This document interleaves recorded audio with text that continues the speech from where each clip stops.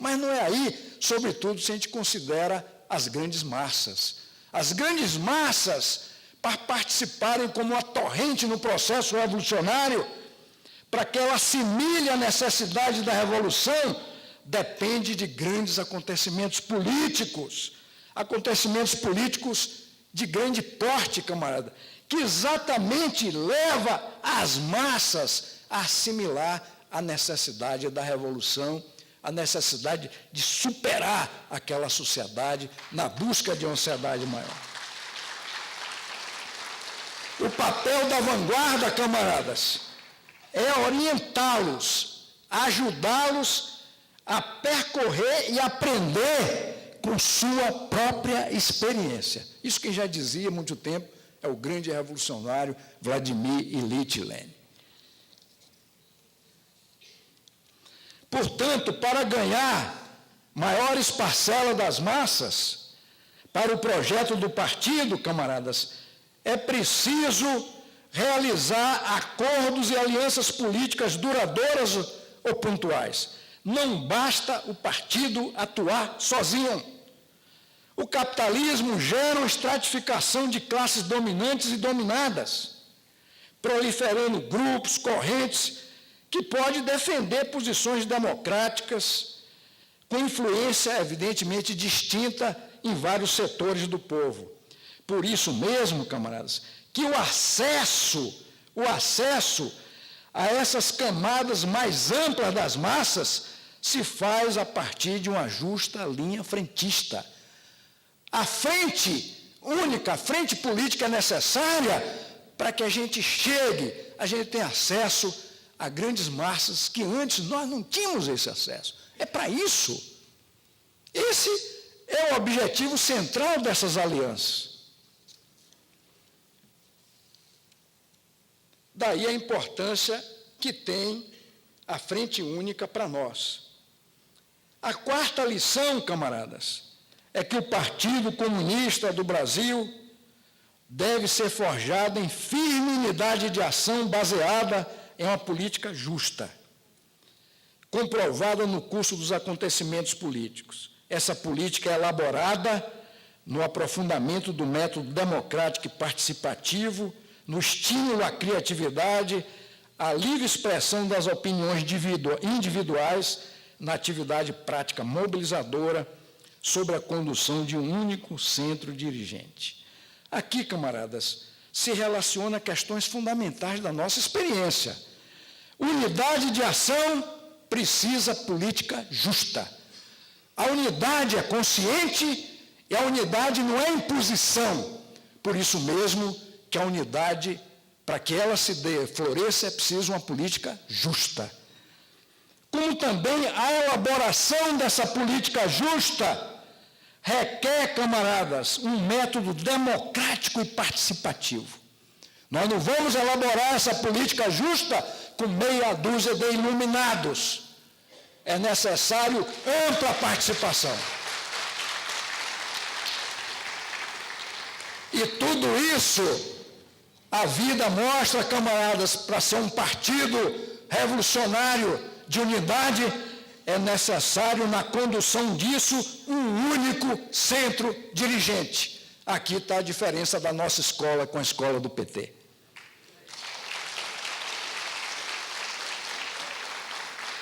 Desde a luta, camaradas, contra o regime militar em 64, eu já me referi a isso, apesar dos percalços e equívocos temporários, o PCdoB vem conseguindo organizar uma vontade coletiva coesa, capaz de desenvolver a elaboração teórica, aplicar e defender a política estabelecida.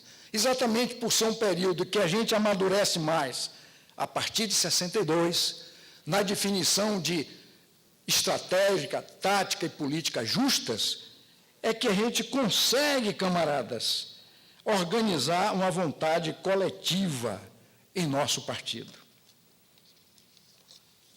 Na atualidade, camaradas, o PCdoB manteve sua coesão numa nova etapa marcada por novos desafios e responsabilidades, assumida tanto no que tange sua participação em todas as esferas de governo, quanto na formulação programática, o novo estatuto e a política de quadro. Eu falo isso na atualidade, camaradas. Não foi um desafio maior a nossa decisão de participar do primeiro governo Lula, porque seguindo a tradição, seguindo a linha do movimento comunista, nessa história de seguir sempre caminhos únicos, comunista não participaria de um governo de coalizão nacional, sendo nele uma força que não é majoritária, uma força minoritária.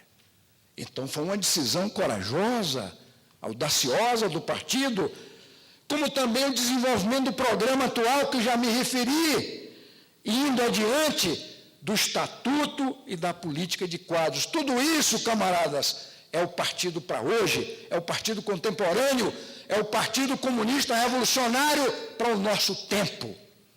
Portanto, isso requereu audácia, convicções, desafios que nós tivemos que enfrentar. E tudo isso, camaradas, sempre o partido no seu conjunto, com ampla unidade. É isso que eu estou me referindo. Essa unidade é fundamental para o crescimento do partido. A construção, portanto, da unidade do partido se realiza, camaradas, tendo o centralismo democrático como princípio diretor da organização, em sintonia com a experiência do tempo presente. Demonstra, assim, que as ideias justas resultam da ampla participação e livre manifestação dos quadros e militantes. Ou seja, unidade, centralismo democrático com ampla participação e livre manifestação dos quadros e militantes. O novo estatuto é expressão exatamente dessa linha, camaradas, de afirmação de princípios, mas revolvimento de métodos antigos, métodos que dificultava, digamos assim, uma plena manifestação das ideias e da criação. Por isso mesmo que hoje, no nosso partido, nas suas instâncias, a Comissão Política Nacional é o órgão de direção geral e o centro de gravidade na elaboração política, evidentemente, com a de referendo do Comitê Central. Isso é um passo importante na experiência do funcionamento e da estrutura partidária. É assim que nós temos procurado agir. O voto secreto também, camaradas, foi uma outra grande conquista, porque o voto secreto, ele atualiza essa realidade democrática do partido, como também a atualização e alternância de funções. O voto secreto, a atualização e alternância de funções dentro do partido, camaradas, essa é a compreensão e a prática vem demonstrando, reforça a tendência de democratização e revitalização da vida partidária. Essa é a nossa convicção. Isso não é qualquer coisa, camaradas. É um passo importante que o nosso partido dá. Como também, camaradas, a nossa conclusão, portanto, é que a história do PCdoB dá conta de que a unidade é forjada por uma linha justa, mas essa linha justa é alimentada com ampla participação dos quadros e militantes numa relação de debate e avanço de ideias. E, por fim, camaradas, a quinta lição básica, que eu já estou chegando aqui a 1 hora, mais uns 5 minutos, eu terminaria aqui a minha intervenção. Quem constrói e reúne os meios e as condições para montar e organizar o partido são os quadros. Uma vez definida a linha política, os quadros tornam-se o fator decisivo para a aplicação das decisões assumidas. Isso vem de Lênin. É Lênin que já dizia isso. Definido, camaradas, a linha política, o fator decisivo passa a ser os quadros, porque sem eles não vai haver aplicação não vai tornar-se realidade e realidade material aquela linha política definida. O partido, portanto, camaradas, por ter passado longos períodos na clandestinidade, teve sempre uma prática de ser partido de quadros. E por aí forjou, nesses períodos difíceis, quadros excepcionais, aliás, que dá esse grande legado que nós temos e vivemos hoje. A nossa época, portanto, camaradas, exige um partido comunista de princípios, mas, ao mesmo tempo, camaradas, esses princípios revolucionários da visão do socialismo, na sua estruturação, o partido atual, sobretudo levando em conta os mais de 20 anos de legalidade, que nós nunca tivemos essa experiência, deve-se a esse partido construir feições modernas, pronto para os desafios de dirigir, numa escala maior, camadas de militantes. E, ao mesmo tempo, camaradas, que nós não temos que ter massa de militantes, exige-se mais ainda dirigentes com larga formação, firmeza e convicção revolucionária. Porque essas massas de militantes têm que ter centro, tem que ter um polo dirigente que são os quadros. E esses quadros requerem a esses quadros capacidade política, convicção revolucionária para conduzir o partido. O problema não é ter partido com muitos militantes, camaradas. Fica sempre o problema, quadros experientes, capacitados, com convicção para a condução desse partido que tem que ser grande, pode ser grande, sobretudo levando em conta a realidade brasileira. Como também, camaradas, não há modelo único de política de quadros.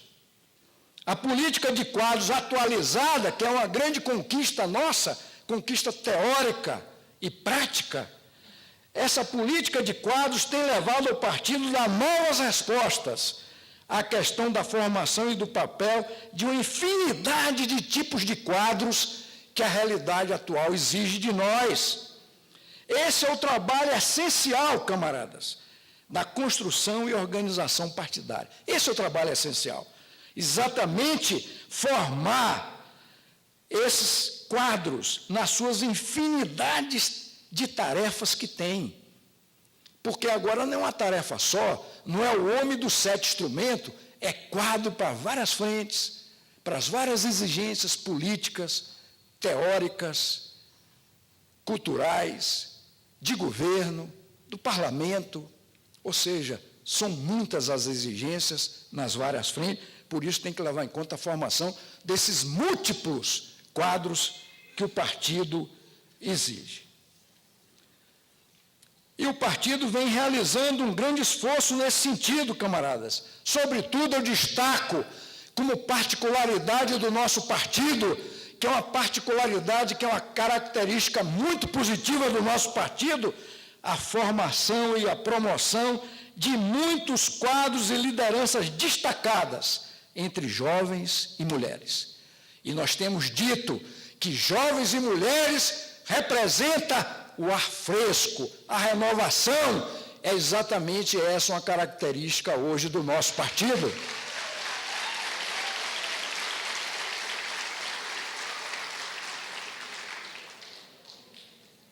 A montagem do Departamento Nacional de Quadros, um grande passo do ponto de vista estrutural do nosso partido, ou seja, é uma nova etapa na condução e especialização sistêmica da estrutura de quadros. Evidentemente, é dentro dessa nova visão de política de quadros, camaradas, que o Departamento de Quadros, tanto no nível nacional como estadual, torna-se fundamental para essa nova etapa na compreensão dessa nova política de quadros. Esse é um grande passo que nós iniciamos e que o partido vai compreendendo. Como também, camaradas, a Escola Nacional de Quadros, que tem conseguido alcançar um estágio novo na formação política, ou seja, com vários níveis, 4 níveis, com núcleos de pesquisa e estudo, com currículos estabelecidos e definidos, como também, camaradas, se formulou agora a nova versão básica atualizada do curso do Programa Socialista, que vocês viram a parte dele aqui no começo das sessões de hoje. Como também para o nível superior, camaradas. Essa é uma visão importante do partido, vem se apresentando uma coletânea de estudos estratégicos para subsidiar o estudo e a elaboração dos quadros de nível nacional, sobretudo no Comitê Central. Essa não é uma questão qualquer. Isso é preparar, teoricamente, e de forma mais profunda, os quadros para os grandes desafios que nós temos diante de nós. Por isso mesmo, camaradas, eu encerro dizendo que a síntese dessa experiência de nove décadas, nós poderíamos dizer da seguinte maneira: com um rumo nítido, nós não podemos perder o rumo, e essa é a capacidade desse partido nessas nove décadas, ou seja, com a bandeira da revolução e do socialismo nas mãos, ao mesmo tempo, ousar seguir um caminho próprio, combativo e criativo. Essa é a síntese que nós poderíamos dizer dessa experiência. Por isso mesmo, camaradas, os grandes empreendimentos para avançar nas mudanças, a revolução, portanto, para se tornar realidade, é obra de milhares. É necessário, portanto, para que a gente alcance esse grande desafio, ter o rumo nítido e ter uma grande capacidade criativa, realizadora. Muito obrigado.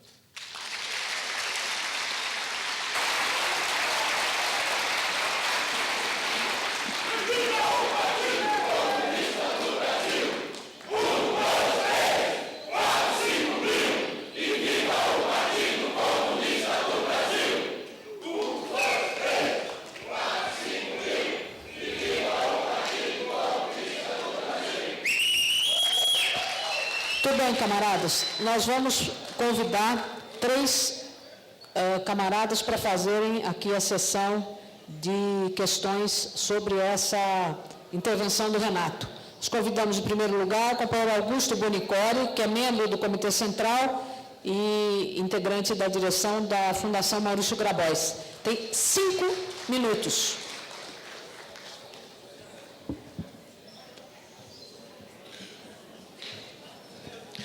Renato, há 50 anos atrás, comemorando 90 anos do Partido Comunista do Brasil, mas em fevereiro completamos 50 anos da reorganização. Conto um punhado de camaradas, um pequeno número de camaradas, muito